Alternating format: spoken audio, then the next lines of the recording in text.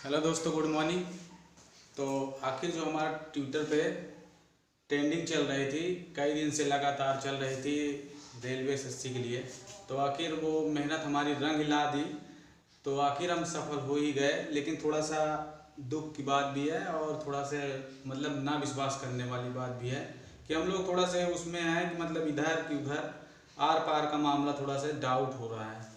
तो देखिए, कल जैसा कि दिखाया गया था, कल शाम को 5 दिसंबर, कल 5 सितंबर, कल शाम को नोटिफिकेशन आया रेलवे के बोर्ड की तरफ से। तो कल एक वीडियो वायरल हुआ, वो ट्विटर पे आया कि अब उसमें विनोद, रेलवे बोर्ड के अध्यक्ष चेयरमैन विनोद जी ने बताया कि भारतीय रेल विभिन्न पदों के लिए सभी 3 श्रेणियों के लिए भर्ती प्रक्रिया आवेदन की जांच पूरी हो चुकी है। इन पदों की परीक्षाएं 15 दिसंबर से होंगी, लेकिन होगी, इन्होंने ये बताया कि होगी, लेकिन क्या है कि हमको जो हमारी मांग क्या थी कि हमको कैलेंडर जारी कीजिए। तो वो हमारी मांग रुकने वाली नहीं है कि हमको कैलेंडर जारी कीजिए, तो वो सब चलता ही रहेगा। तो बहुत जल्दी हमें आशा है कि उसका भी डिसीजन आ जाएगा जल्द ही जल्द। तो सबसे पहले कि हमें एक थोड़ा सा राहत मिली है कि मतलब परीक्षाओं को 15 दिसंबर से जारी किया जाएगा, जो भी पद थे। अब इसमें इन्होंने ये बताया था कि आवेदन फॉर्म कितने भरे गए, तो उनके पास रिसीव, जो एप्लीकेशन रिसीव हुए थे, कितने रिसीव, 2,40,00,000 के आसपास फॉर्म रिसीव हुए थे। तो इतने लोगों ने फॉर्म भरा था, लेकिन वैकेंसी कितनी थी? 1,40,000 के आसपास। रेलवे एंड टीटीसी मिलाकर दोनों की वैकेंसी कितनी थी? 1,40,000 के आसपास थी। तो इन्होंने 15 दिसंबर जारी कर दिया है। तो पीयूष गोयल जी ने भी कहा था, रेलवे मंत्री, कि कोरोना की वजह चलते हमारी परीक्षाओं को थोड़ा सा डिले किया गया था।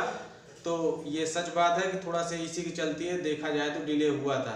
तो आखिर इतने दिन के बाद, इतनी साल के बाद, लगभग 1.5 साल के बाद तय हुआ है।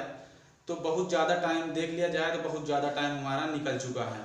तो भी जो भी हमारे पास, मैं ये कहना चाहूँगा, जो भी हमारे पास जितने भी दिन बचे हैं, मन लगा के अपनी तैयारी को स्ट्रांग बनाइए।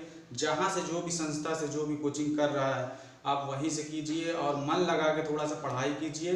और मैं तो यही करना चाहूँगा, अपनी प्रैक्टिस सॉल्व करना आप फिर से रिस्टार्ट कर दीजिए। तो ये रही बात। अब देखिए, थोड़ा सा डाउट करने वाली बात ये भी उत्पन्न होती है कि मतलब पहले तो इन्होंने कहा था, संसद में क्या कहा था रेल मंत्री ने, कि हर नौकरी, सबको नौकरी मिलेगी, मतलब हर साल नौकरियां निकाली जाएंगी, हर साल नौकरियां निकाली जाएंगी, निजीकरण नहीं होगा। तो ये क्या हुआ था, पहले कहा था, लेकिन अब झूठा निकल गया। इसीलिए इनकी बातों पर विश्वास नहीं किया जा सकता कि मतलब होगा या नहीं होगा। तो आगे डेट को मान लीजिए, आगे कर सकते हैं, ठीक है। तो ये ऑनलाइन एग्जाम, इनका प्रोसेस क्या है, ये मतलब जो परीक्षा है CBT 1 ऑनलाइन ही होंगे ये सब। तो ये सब एग्जाम ऑनलाइन होंगे। और क्या होगा, ग्रुप डी पदों पर 1,00,000 पदों पर फॉर्म भरा जाए, पदों को भरा जाएगा, ठीक है। तो ये है 35,000 जो NTPC का था, वो भी उनके लिए पद भरे जाएंगे। तो 15 दिसंबर से हमारी परीक्षाएं चालू हो रही है, यही इंफॉर्मेशन है हमारे पास अभी। और इंग्लिश एग्जाम का जो टाइटल होगा, जो भाषा होगी, लैंग्वेज होगी, हिंदी और इंग्लिश, और प्लस 13 भाषाओं, 13 अदर स्टेट के भाषाओं में होंगी परीक्षाएं। तो सबसे पहले ये कर लिया, उनका धन्यवाद, जो बड़ी बड़ी कोचिंग, बड़ी बड़ी संस्थाओं से हमारे अध्यापक और टीचरगण, हम सब स्टूडेंट, उन सब का धन्यवाद कि हम लोग ट्विटर पे लगातार ट्रेंड कर रहे थे, 4थे नंबर, पहले पूरे विश्व में 4थे नंबर पर, अब 2रे नंबर पर ट्रेंड करने लगा था हमारा ट्वीट्स। तो हम लोग उसको जारी रखेंगे जब तक हमारा कैलेंडर ना आ जाए कि डेट कब परीक्षा CBT 1 CBT 2 कब होगी या ज्वाइनिंग कब होगी, इन सब का जब तक डेट ना आ जाए कि कितने दिनों में होगी ये सब, तब तक हम अपनी ट्वीट्स को जारी रखेंगे। तो हम लोगों ने मेहनत करते करते आखिर हम लोग सफल हो ही गए। और कहते हैं ना, उम्मीद पर दुनिया कायम रहती है, तो हम भी उम्मीद ही पे चल रहे थे। तो यही होगा। तो इसके बारे में हमारे पास यही इंफॉर्मेशन थी कि आप लोग अब अपने अपनी तैयारी में लग जाएं, ठीक है। मैं तो यही कहना चाहूँगा। आगे हम देखिए क्या न्यू अपडेट्स है। बीएड की जो रिजल्ट है, बीएड का जो परीक्षा हुआ था उसका रिजल्ट घोषित हो गया है। तो उसमें क्या है, कैसे क्या प्रोसेस रहेगा, बहुत से स्टूडेंट के मन में सवाल बना है कि मेरा इतना नंबर आया तो इतना कैसे रंग बन गई है। तो उसमें ये बताना चाहूँगा कि बीएड का जो परीक्षा हुआ था, जर्नल की कट ऑफ मेरिट गई है उसका 5 से 6,000, मतलब सरकारी कॉलेज कैसे मिल सकता है, कितने नंबरों पर सरकारी कॉलेज मिल सकते हैं। तो ये है 5 से अगर 6,000 तो जर्नल में आते हैं, अगर 5 से 6,000 के बीच में आपका रैंक है और 260 प्लस, अगर आपका जैसे नंबर 260 प्लस वो इस तरह का है तो आप क्या होते हैं कि आप सेफ जोन में हैं। और ओबीसी का जो है 7,500 से 8,000 के बीच रैंक गया है। अगर आप 7,500 से 8,000 के बीच रैंक है आपका तो आप प्राइवेट कॉलेज मतलब सरकारी कॉलेज में दाखिला ले सकते हैं।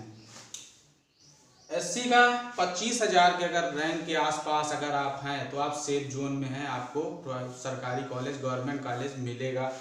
एसटी का इस तरह देख लिया जाए तो 1 लाख के आसपास अगर आपका रैंक है 180 नंबर के करीब आप लाते हैं तो आप सेफ जोन में हैं।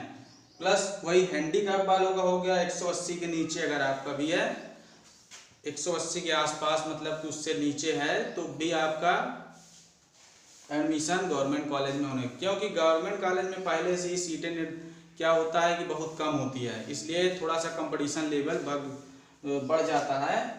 3.5 लाख इसमें हम ये बताना चाहेंगे कि 3.5 लाख फॉर्म भरे गए थे बीएड में। तो ये सब जानकारियां हैं, तो आप लोग टेंशन मत लीजिए। देखिए आगे से 21 सितंबर से आपका काउंसलिंग शुरू हो रहा है बीएड वालों का। तो बस यही जानकारी थी हमारे पास, बाकी न्यू अपडेट्स हम लेके आते रहेंगे। जय हिंद, धन्यवाद।